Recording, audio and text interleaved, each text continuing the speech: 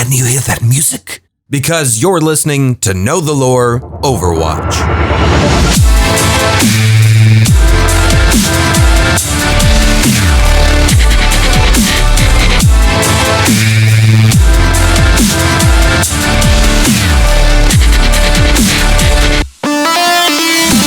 Hey guys and gals, welcome to Know the Lore Overwatch. My name is Chris, aka Spartacus.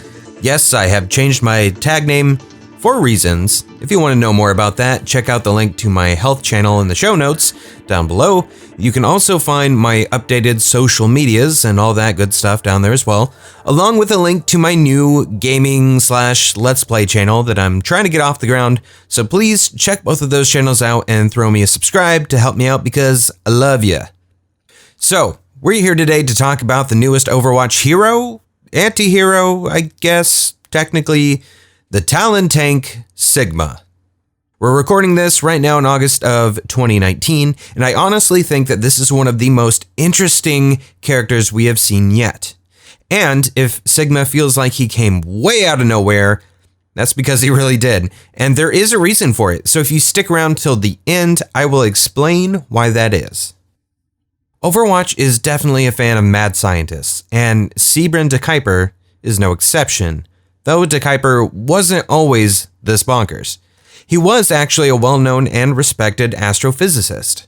I mean, he was weird, but he was a real pioneer of his field and known for his groundbreaking research, typically conducting his experiments from his lab in The Hague. His life's work was centered around gravity, and more specifically, finding a way to harness or control gravity for a variety of uses.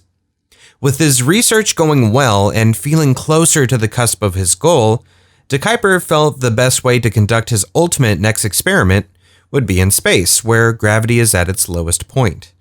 So he traveled to an orbiting space station to see his life's work come to completion.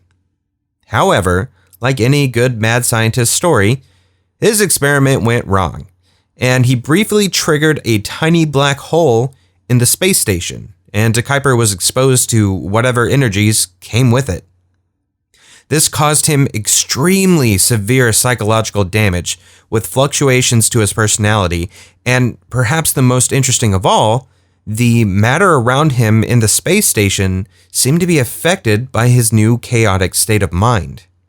De Kuiper was eventually evacuated from the space station and quarantined by the Dutch government, hidden away in a secret facility where he screamed and raved about the patterns in the universe and being able to hear a music that no one else could, which this is probably a reference to the music of the spheres, or Musica Universalis, which is a concept that the movements of celestial bodies like planets, stars, and moons, all that good stuff, can be mathematically translated into sound, and that combined creates a harmony, so basically music. Either way, the government found that gravity no longer functioned according to the laws we understand, as evidenced by anomalies that seemed to keep happening around de Kuiper. He was deemed too dangerous for rehabilitation and the outside world, so they locked him away for several years to be observed and studied as Subject Sigma.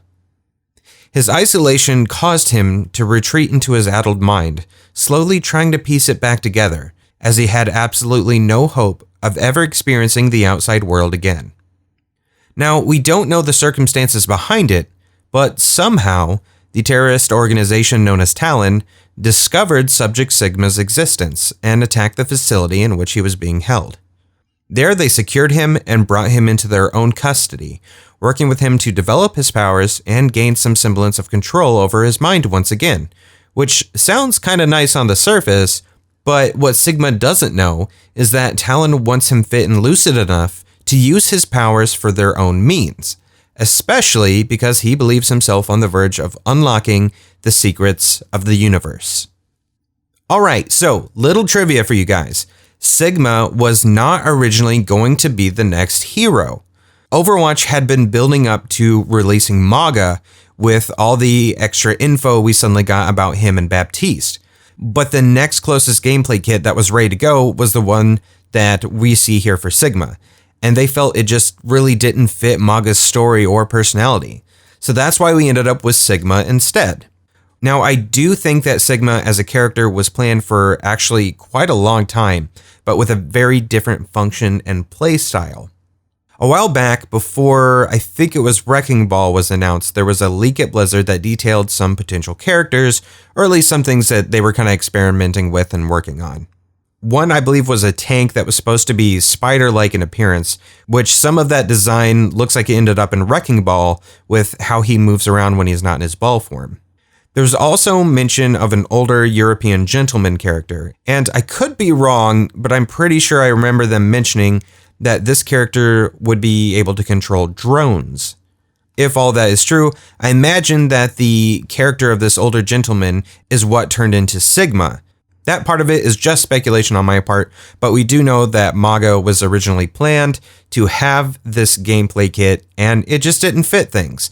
So I'm sure we will see Maga in the future, and I'm fairly certain that he went the route of Genji and is actually part Omnic now. Dun dun dun! I'm pretty sure that was what was being hinting at the end of Storm Rising. That was the Omnic that Doomfist met with the seemingly dreadlocks behind the mask. But I guess time will tell, if Jeff Kaplan feels like letting us know. So that's all we have for today, but I promise there is another episode coming very soon, and it's going to be way different than the usual. In that episode, I'm going to cast a potential live-action Overwatch film. It's going to be difficult with so many characters, but I'm going to do it. We're going to get it done, and I will also throw in a few plot ideas as well as some lore to back up a lot of the decisions that I made. So, make sure to come back soon and check that out. And again, please go check out my YouTube channels in the links below, my health channel called Rerolling, and my Let's Play channel, Spartacus Gaming. And as always, head over to the NerdSloth Network where you can check out some of the other podcasts that I'm on, like Party in Peril, Saturday Morning Cartoon Boom, and Anxiously Ever After. Some of those you've probably never heard of before because they are new. Newer. I don't know. But thanks again for listening to this episode, and remember, the answers lie beyond our stars. Chris here. If you enjoy the show, please rate, like, subscribe, comment, or share, as every little bit you do helps the show. Know the Lore is recorded and produced by NerdSloth. More episodes can be found at NerdSloth.com, along with our other awesomely nerdy shows. Search for NerdSloth on social media such as Facebook, Twitter, and Instagram. Music heard during the show is the Overwatch Victory theme, remixed by DJ Effiksha. Go to effiksha.com to hear more.